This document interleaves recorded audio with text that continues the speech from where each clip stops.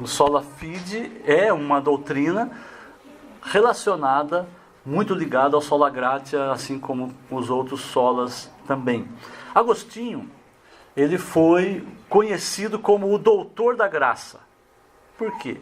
Porque ele ensinou que a graça de Deus é um presente gratuito e imerecido.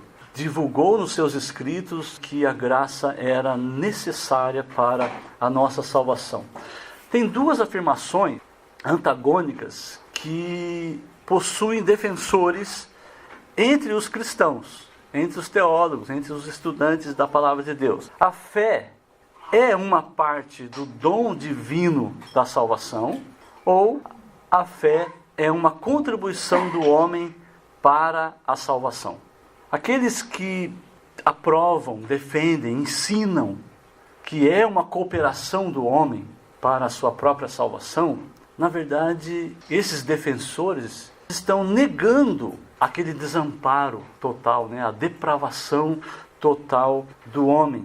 E estão afirmando um semi-pelagianismo. E a Reforma, ela condenou isso, uma vez que transforma a fé em uma obra meritória. Se a fé é algo que eu contribuo, então essa fé passa a ser merecimento, algo meritório, e nega então a soberania de Deus em salvar os homens.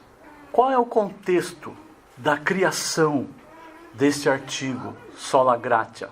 Na verdade, tem um relacionamento, sola gratia é um relacionamento com duas outras questões. A doutrina do pecado original e a doutrina da eleição. E aí convergindo para o sola gratia. Entendendo essas duas doutrinas, você vai entender um pouco mais o sola gratia. Além da graça ser um dos atributos de Deus, porque é graça a Deus, é a graça de Deus. Muitas pessoas até recebem coisas e aí falam, graças a Deus. Rendem esse agradecimento a Deus porque foi uma graça de Deus. Mas é também o próprio Cristo, o nosso Deus encarnado, e é o Espírito Santo quem aplica a graça nos nossos corações. A graça comum, por exemplo, ela é comunicada a todas as pessoas, todos os homens, indistintamente. É graça. O sol está aí fora, brilhando sobre justos e maus. Sobre todos. Não tem distinção. Mas a graça especial, ela é soteriológica. A graça especial, ela é dada àqueles que estão sendo salvos por Deus. O homem, ele é salvo pela graça somente. Sola gratia. O homem, ele é escolhido, regenerado, justificado, santificado, glorificado. Ele recebe os dons espirituais, recebe as capacitações, os talentos para o serviço cristão. Recebe até as bênçãos de Deus, sola gratia. Pela graça somente. A salvação ocorrerá somente pela graça de Deus. O salmista Davi, ele escreveu vários salmos, e um dos salmos aqui, Salmo 63, 3, ele diz, porque a tua graça é melhor do que a vida, os meus lábios te louvam. A graça de Deus é a única ponte, Nós estamos, Deus está lá, na sua santidade, o homem está aqui na sua depravação total, e essa graça é a única ponte que nos liga a Deus, que nos coloca em contato com a casa do Pai. Podemos então agora ir para lá. Ninguém pode ser salvo por mérito próprio, seja por obras, penitências, compra de indulgências, sacrifício, nada. Somente a fé leva o ser humano a ser salvo. Pela fé, nós somos salvos, somos justificados pela fé. Só que até mesmo a fé é uma graça de Deus, porque Deus nos concede a graça. Isto não vem de vós, não é isso que a palavra de Deus diz? Vem de Deus, para que ninguém se glorie. Então nenhuma obra, por mais justa e santa que possa parecer, pode dar ao homem o livre acesso à salvação, livre acesso ao reino dos céus. Nenhuma obra. Isso somente ocorrerá pela graça de Deus. Você só vai ter acesso pela graça de Deus, porque pela graça sois salvos, mediante a fé. As Escrituras revelam constantemente, você vai perceber a revelação da graça de Deus, porque nos mostra, lendo as Escrituras, você vai ver o que Deus fez, o que Deus faz e o que o Deus fará. É Deus fazendo por nós. Portanto, nenhum ensino bíblico, se você está estudando a Bíblia, nenhum ensino bíblico, no final, na conclusão, na aplicação do estudo, deve levar você a tomar decisões de realização à parte da graça de Deus. Faça alguma coisa sem a graça de Deus. Isso é moralismo. Por exemplo, na história de Davi e Golias. Vocês conhecem a história de Davi e Golias, então não precisa contar para vocês, não é? Muitas crianças até já conhecem essa história. Mas um pregador, talvez moralista, ele vai dizer no final da história, aplicação, seja como Davi. Seja uma pessoa confiante. Enfrente os gigantes que você vai ter na sua vida. Vá agora enfrentar os gigantes, seja qualquer dificuldade que você esteja enfrentando, você pode enfrentar como Davi. Essa é simplesmente uma realização sem a graça de Deus. Mas por que Davi aponta para Jesus? Aí nós vamos ver a graça de Deus. Davi está apontando para Jesus. Jesus sim derrotou o grande gigante contra mim e contra você. Jesus derrotou a morte, o salário do meu pecado. Portanto, eu não preciso mais ter medo da morte, porque Jesus o derrotou. Eu não posso ser como Davi, a não ser que eu creia naquele em quem Davi está apontando. Mesmo depois de convertido, irmãos, o meu e o seu coração vai voltar para os princípios religiosos. Querer praticar a religião. Por isso é muito importante que o sola gratia seja muito bem compreendido por mim e por você. Houve uma provocação histórica.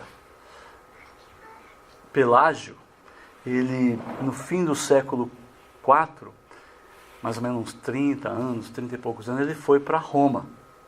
E lá em Roma ele fez amizades, conseguiu amizades com senadores, né, com juízes, com pessoas da aristocracia romana, cônsules, enfim, autoridade romana. Ele tinha acesso à elite, vamos dizer assim, e ele começou a conviver ali, e ele foi percebendo que entre os cristãos a imoralidade estava sendo praticada de forma escancarada, estava aberta.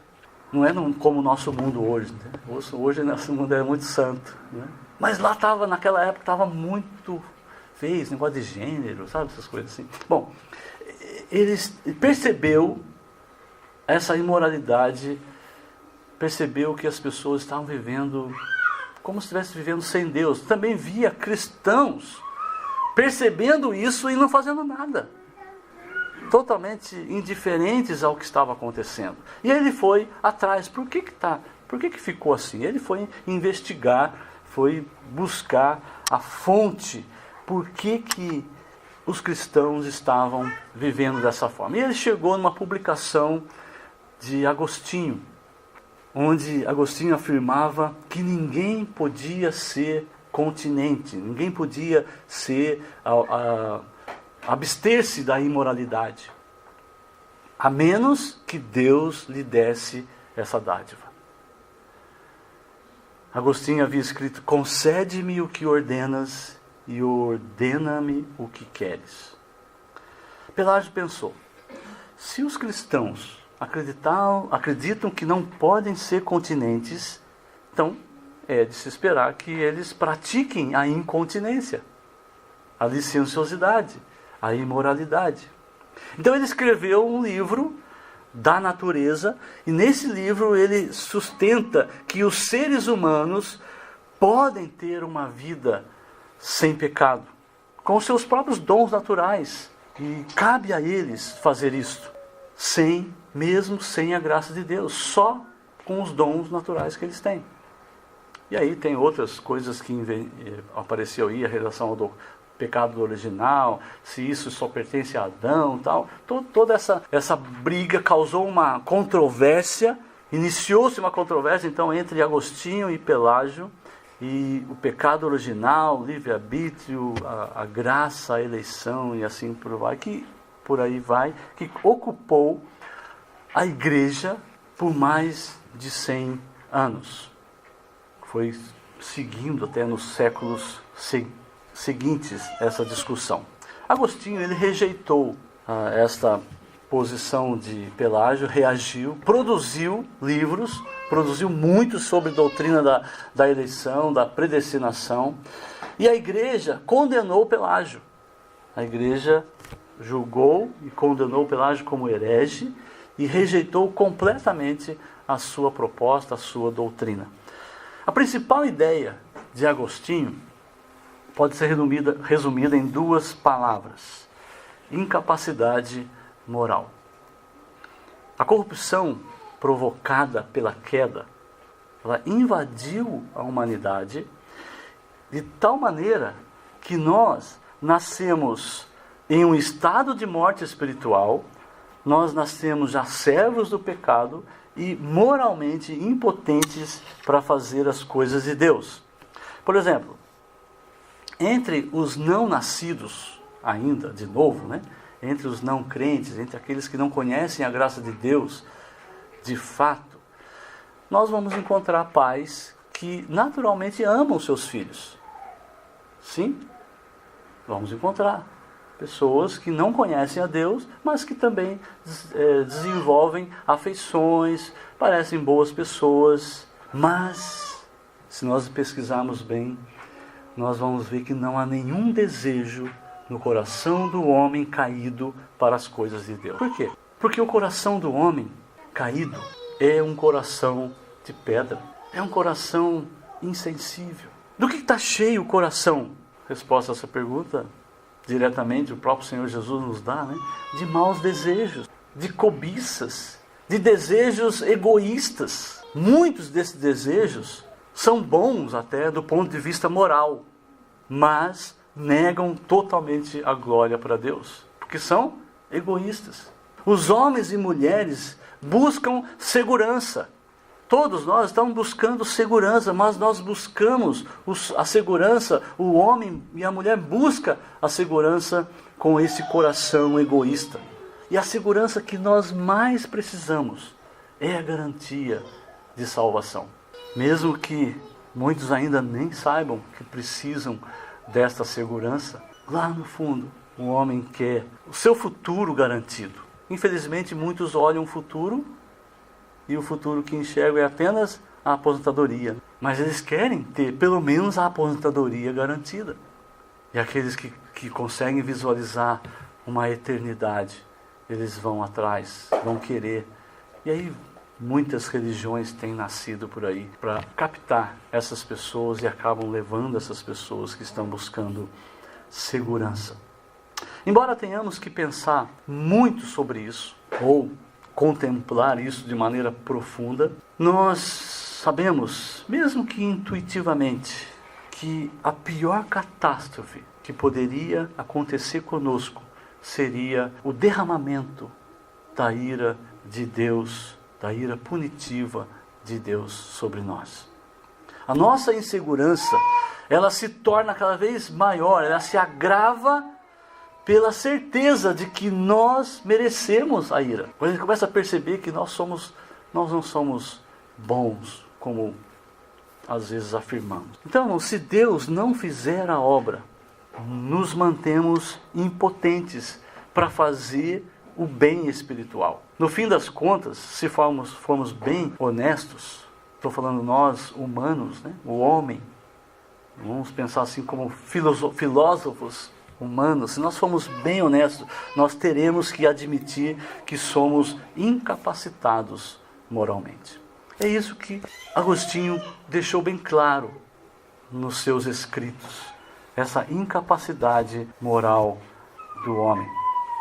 Hoje eu gostaria de conversar sobre esta segurança que precisamos e que nós recebemos e o homem só recebe pela graça e bondade de Deus. Quero falar sobre como somos livrados da impotência de realizar o bem. Vamos abrir o texto de Efésios 2, de 1 a 9. Nós não vamos ler esse texto agora, nós vamos estar lendo durante a mensagem.